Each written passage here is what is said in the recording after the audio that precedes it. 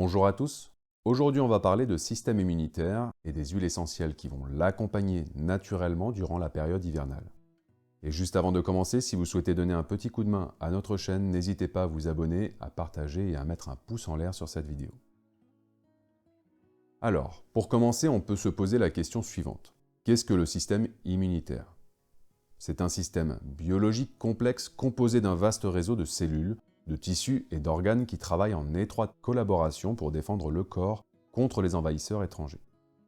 Il est essentiellement constitué de deux composantes principales qu'on appelle généralement l'immunité innée et l'immunité adaptive ou acquise.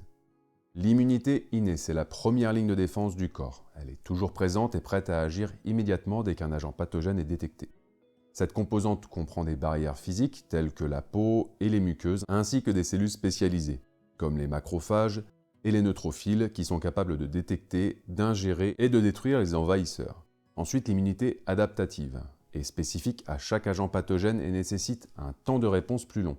Elle se développe au fil du temps et à mesure que le corps est exposé aux différents agents pathogènes. Cette composante est caractérisée par la présence de cellules T et de cellules B, qui sont capables de reconnaître et cibler spécifiquement les antigènes, et de créer une mémoire immunitaire pour une réponse plus rapide et plus efficace lors d'expositions futures. Pour ceux qui se posent la question, les antigènes sont des macromolécules naturelles ou synthétiques qui, reconnues par des anticorps ou des cellules du système immunitaire d'un organisme, peuvent déclencher une réaction immunitaire. Et pour être plus précis, les cellules T et B sont des types de lymphocytes qui sont un type de globules blancs, les leucocytes, jouant un rôle essentiel dans le système immunitaire. Ces deux types de cellules lymphocytaires ont des fonctions spécifiques dans la réponse immunitaire adaptative du corps. Les lymphocytes T jouent un rôle central dans la réponse immunitaire adaptative. Ils sont produits dans la moelle osseuse mais mûrissent ensuite dans le thymus, d'où le nom cellules T. Les cellules T ont plusieurs sous-types, notamment les cellules T cytotoxiques, CD8+, les cellules T auxiliaires, CD4+, et d'autres. Les cellules T cytotoxiques sont responsables de la destruction des cellules infectées par des agents pathogènes, tandis que les cellules T auxiliaires aident à coordonner la réponse immunitaire en libérant des cytokines et en activant d'autres cellules immunitaires. Les lymphocytes B sont produits dans la moelle osseuse et mûrissent également là-bas.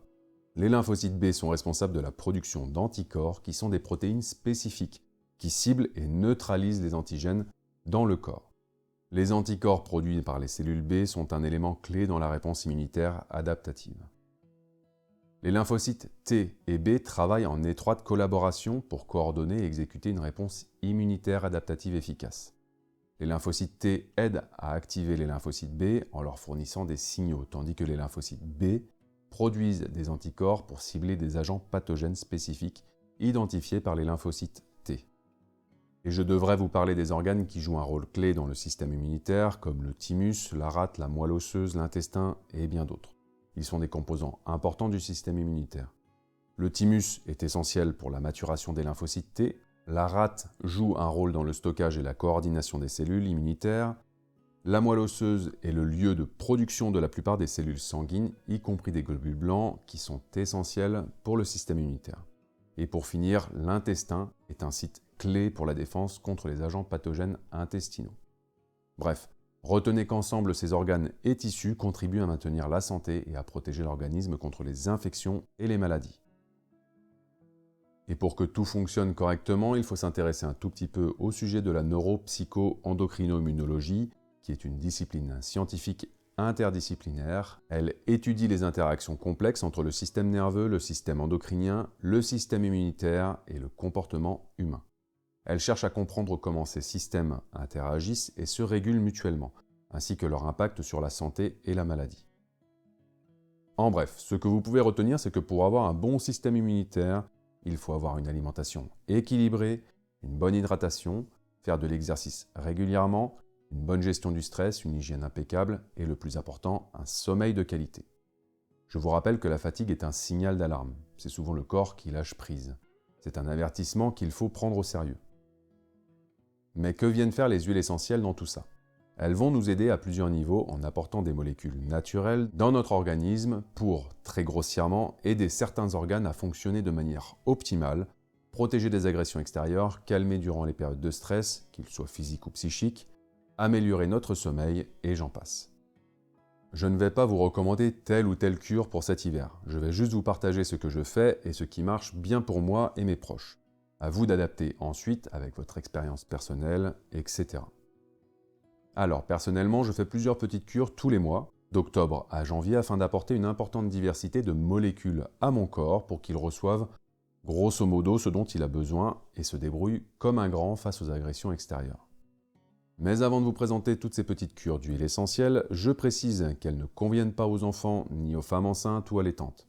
Et pour les personnes qui ont des problèmes de santé importants, je vous recommande de consulter les professionnels de la santé qui vous suivent afin d'avoir leur avis dans votre cas spécifique. En octobre, je commence avec une cure toute simple avec de l'huile essentielle d'eucalyptus radié. J'en dépose 1 à 2 gouttes dans 4 à 6 gouttes d'huile végétale de noyau d'abricot. J'applique le tout sur le cou et le thorax 2 à 3 fois par jour pendant une semaine. Ensuite, en novembre, je fais une cure un peu plus complète. Je prépare dans un flacon ambré vide, propre et sec, de 15 ml, la synergie suivante. 60 gouttes d'huile essentielle de Ravinsara, 20 gouttes d'huile essentielle de Sarriette des montagnes, 40 gouttes d'huile essentielle de Titri, 20 gouttes d'huile essentielle de thym cététujanol et pour finir 140 gouttes d'huile végétale de pépins de raisin. Si vous n'avez que des flacons de 10 ml chez vous, je vous recommande de diviser par 2 les quantités et de refaire une préparation en milieu de cure lorsque votre flacon est vide. Pour son utilisation, je fais 2 à 3 applications par jour, matin et soir, si possible le midi aussi. Au total, 6 à 8 gouttes par application sur le thorax et le haut du dos, le tout pendant 2 semaines. Pour le mois de décembre, je pars sur une synergie que personnellement j'apprécie beaucoup. Je mélange dans un flacon ambré vide, propre et sec, 30 gouttes d'huile essentielle d'épinette noire, 30 gouttes d'huile essentielle de pin sylvestre, 15 gouttes d'huile essentielle de Ravinsara, 80 gouttes d'huile végétale de calophylle. Pour celle-ci, je fais 2 applications par jour, une le matin et l'autre dans l'après-midi. Au total, 6 à 8 gouttes par application sur le bas du dos au niveau des reins pendant 8 à 10 jours. Et je finis ma série de cures en janvier, avec quelque chose de tout simple qui va, en plus de ça, aider un peu après les repas de fête de fin d'année du mois précédent, en préparant dans un flacon vide, propre et sec, 30 gouttes d'essence de citron jaune, 15 gouttes d'huile essentielle de thym à linalol. Ici, rien de plus simple, 2 gouttes de la synergie à avaler pure ou avec une demi-cuillère à café de miel. 2 à 3 fois par jour, matin, midi et soir, pendant 6 à 7 jours. Voilà pour ce qui est des cures que je fais durant l'hiver. Elles peuvent bien évidemment varier en fonction des années, de mon expérience, des besoins de mon organisme et des expérimentations que je fais. Dans les grandes lignes, vous avez avec ce que je vous ai présenté une très bonne base. Alors j'ouvre une parenthèse car elle est importante surtout dans ce contexte, les huiles essentielles seront très efficaces. Si vous suivez les conseils d'hygiène de vie donnés plus tôt dans la vidéo, c'est encore mieux. Et si on veut aller encore plus loin, je vous invite à ne pas perdre de vue les besoins de votre corps en vitamine C et D. Profitez de vos cures qui sont des moments où vous allez investir du temps sur vous-même pour faire le plein de vitamine C avec des fruits de qualité cultivés le plus proche de chez vous et de vitamine D que l'on obtient via l'exposition aux rayons du soleil, sinon on en trouve majoritairement dans les poissons et les produits laitiers de bonne facture. Personnellement, je me complémente en vitamine D au travers d'huile de foie de morue. En général, sur ce genre de denrées, je m'oriente exclusivement sur des produits de qualité. Financièrement, c'est sûr que ça demande un petit effort, mais la santé n'a pas de prix, et tomber malade pour avoir plus d'un jour de carence sur un arrêt maladie, ça coûte largement plus cher qu'une bonne huile de foie de morue. À vous de voir. Sinon, il existe des compléments alimentaires pour faire le plein de vitamines. J'en suis pas super fan, mais si vous n'avez pas d'alternative, je pense que c'est toujours mieux que rien. Pour information, les principales carences en hiver sont les vitamines C et D, le fer, le zinc, le potassium, le magnésium, l'iode et les oméga 3. Parfois, en fonction des régimes alimentaires, on peut aussi manquer de vitamines A, E, K, B6 et B12. Autrement, vous avez beaucoup d'autres moyens de vous complémenter pour éviter certaines carences comme la gelée royale, les probiotiques. Pour ces derniers, trouvez quelqu'un de compétent pour vous aider dans votre choix, car en fonction du besoin, il faut choisir certaines souches spécifiques. Bref, je ne vais pas vous faire une liste à rallonge dans cette vidéo, ce n'est pas l'objectif.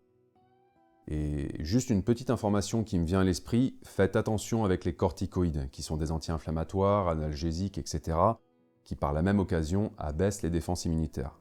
Ils sont souvent utilisés dans la lutte contre le rejet de certaines greffes. Très bien, cette vidéo touche à sa fin. Si vous avez appris quelque chose, n'oubliez pas de vous abonner, de mettre un pouce en l'air et surtout de partager cette vidéo. Ça ne coûte rien et ça nous aide énormément. Dans tous les cas, merci à vous d'avoir pris le temps de la visionner. N'hésitez pas à m'écrire vos questions, vos suggestions ou autres dans la section commentaires. Je vous dis à la semaine prochaine pour une nouvelle vidéo et en attendant, prenez soin de vous.